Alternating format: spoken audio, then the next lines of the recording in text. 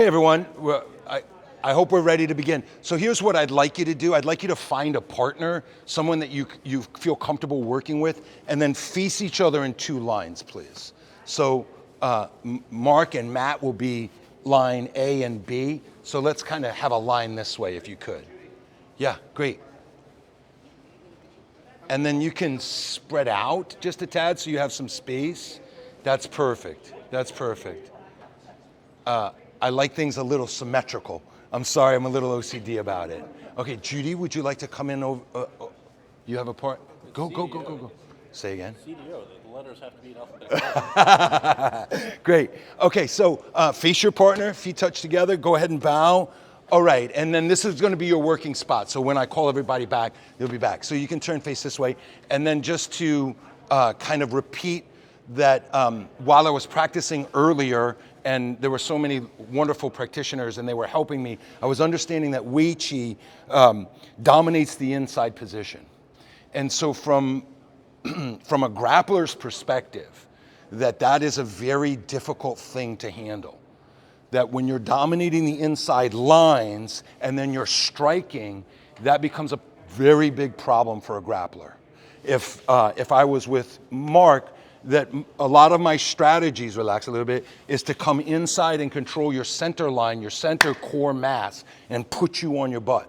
That would be one of my major ideas in terms of conflict with a striker. Now, if Mark controls the inside lines and I can't, and I'm getting punched and kicked in this medium space, I am in trouble. So I'm gonna have to kind of evaluate really well. So all of that is to say, thank you, Mark, is that your Uechi practice is gorgeous. It's right on, or your karate practice. But then it bears the question, okay, well, what are you vulnerable to? What are we vulnerable to in terms of a grappler's next intention? And I believe that there are really three major options as it relates to dealing with a striker. And so if I can't control the inside lines, if I can't body lock him, my next position, my next idea is to attack his legs. I get him on one leg, or I take away both legs, and his ability, your ability, our ability to strike is minimized very quickly. You don't have the same ability to generate power for the strike, and it's a very good strategy in terms of a grappler's perspective. My next idea, the third idea, is I need to get to the back. And so most of you, of course, know that the human body is not designed to protect itself from the back. All front-facing attacks, this is where we're strongest, this is where we practice, all of that stuff happens out here. But from the back, Mark is extremely vulnerable. And every single grappler in the world at this point understands that. They understand that passing your elbow gets you to the back, and then there's there's very little danger for me on the back side.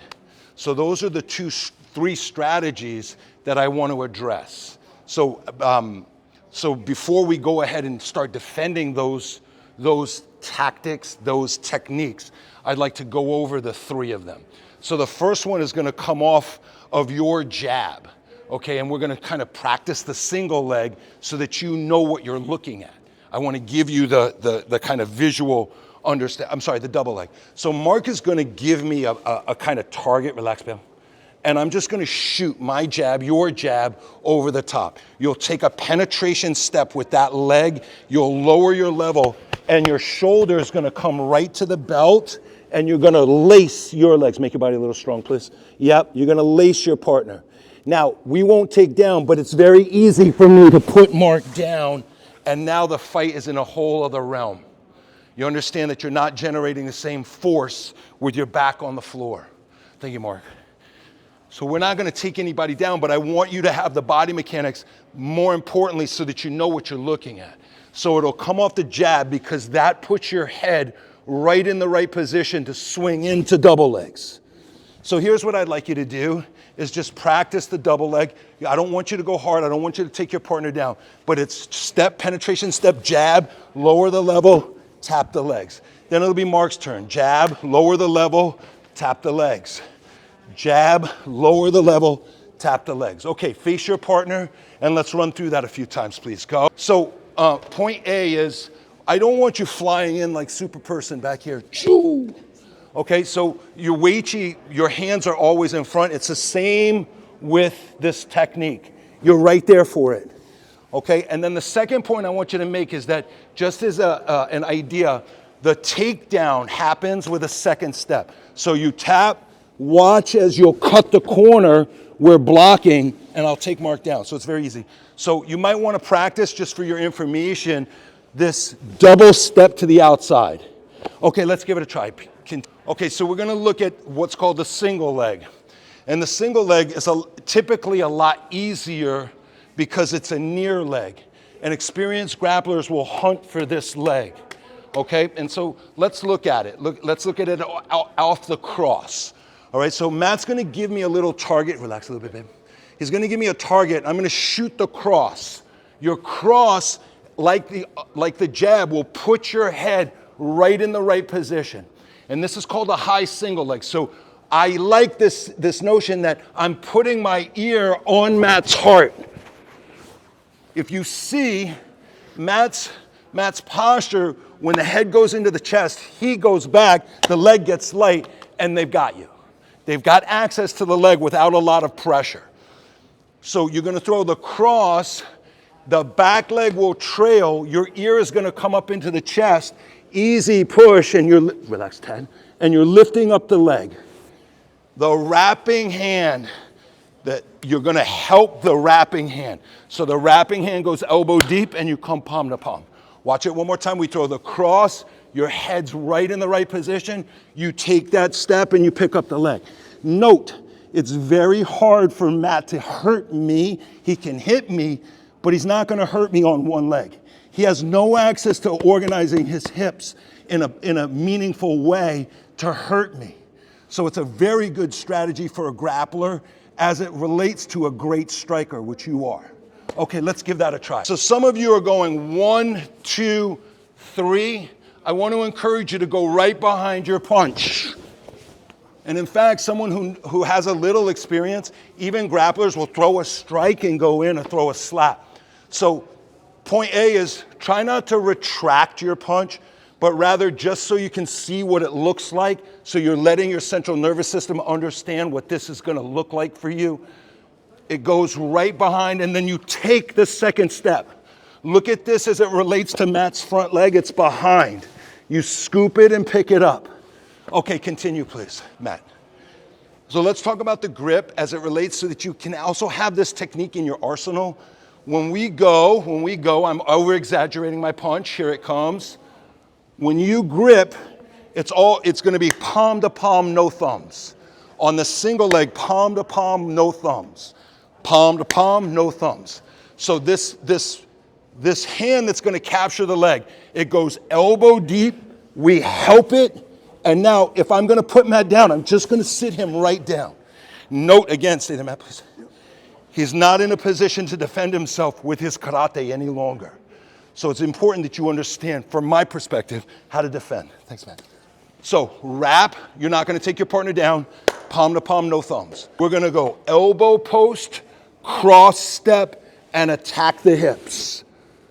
This, I believe, is actually a really great technique just for social, turn to me, Ben, just for social engagement. Like someone's giving you an issue, just grab their elbow and go wrap their hip.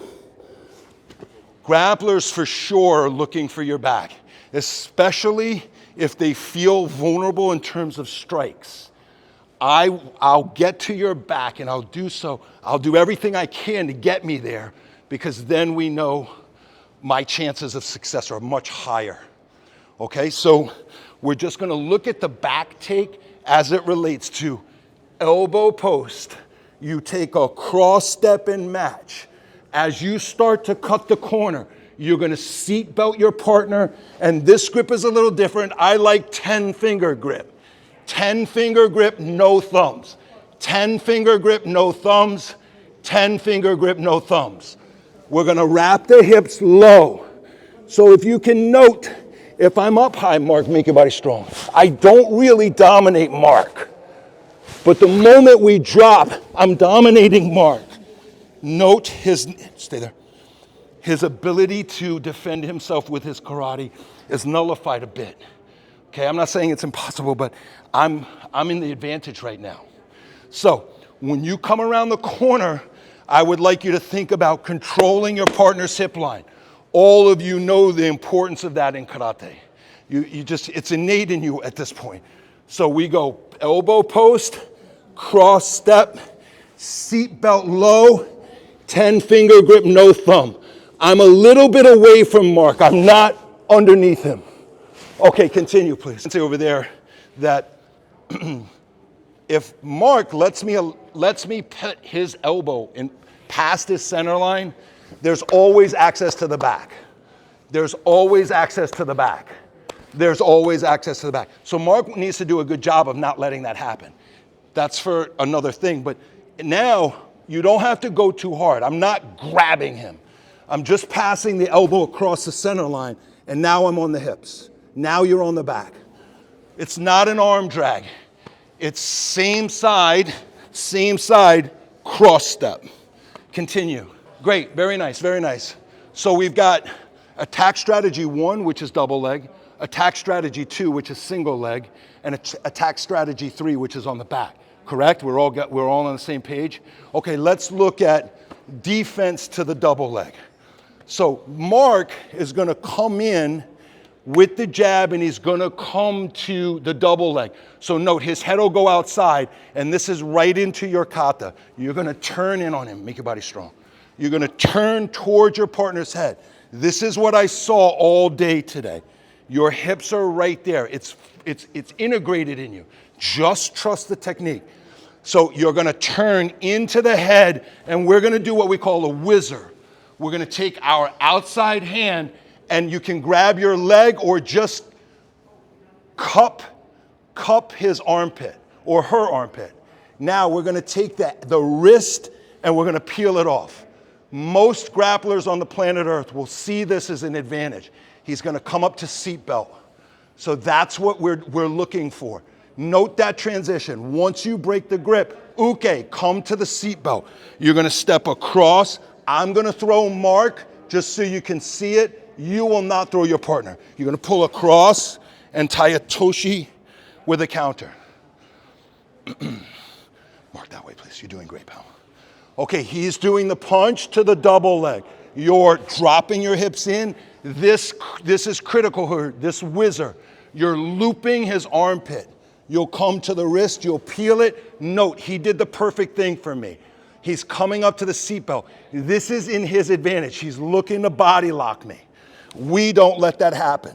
You're controlling the wrist. You'll step across in a kind of elongated hip throw, which is called Toyotaro, or hand-assisted trip. Okay, one more time. The crux, the only thing you have to take away from this, Mark, there please, is turn your hips into the shot. Turn your hips into the head. Whop. Strip the wrist, he comes up, boom, you go. Okay, if you're comfortable throwing with your partner, you can. I don't want you to so much, but if you like that, you can. Go.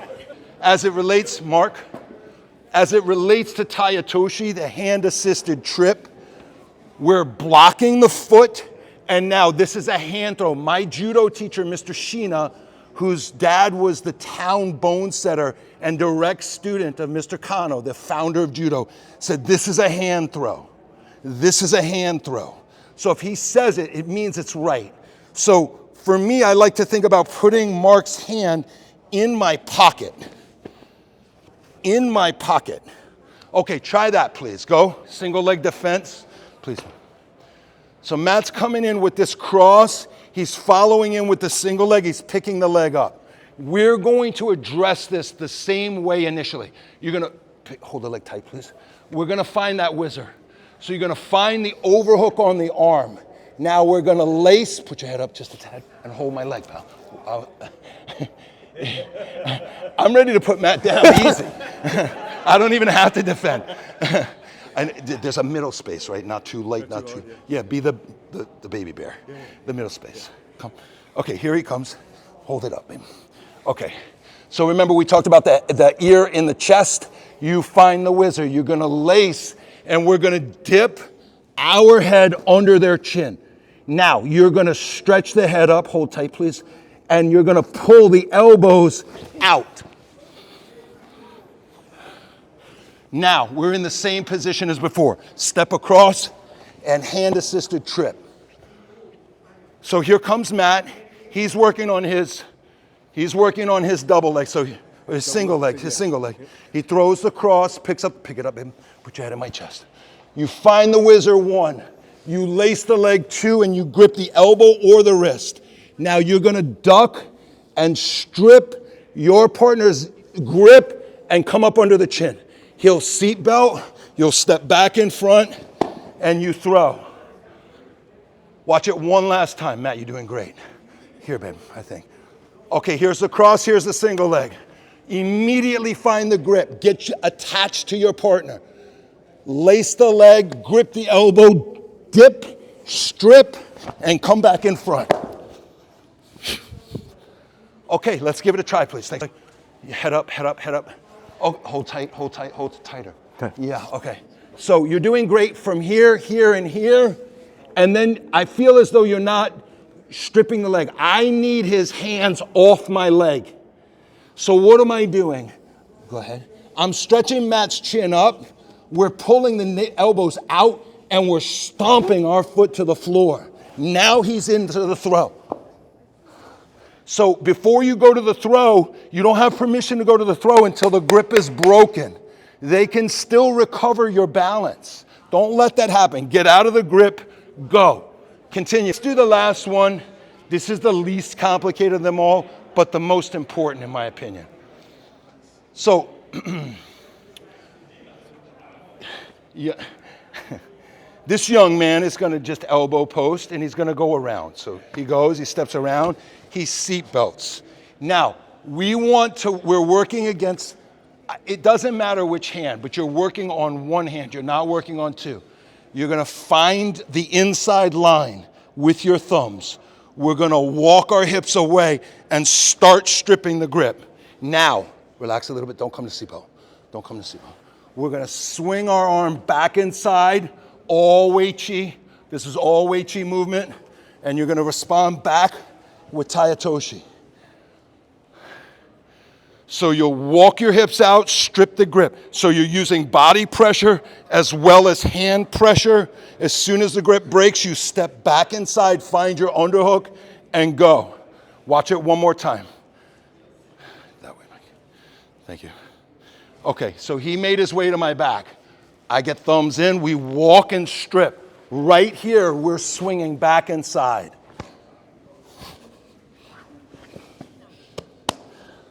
I'm going to show it without my partner. Walk your hips out, find the inside line, strip the grip with your body weight, circle back. Underhook, Toyotaro. Go. Okay.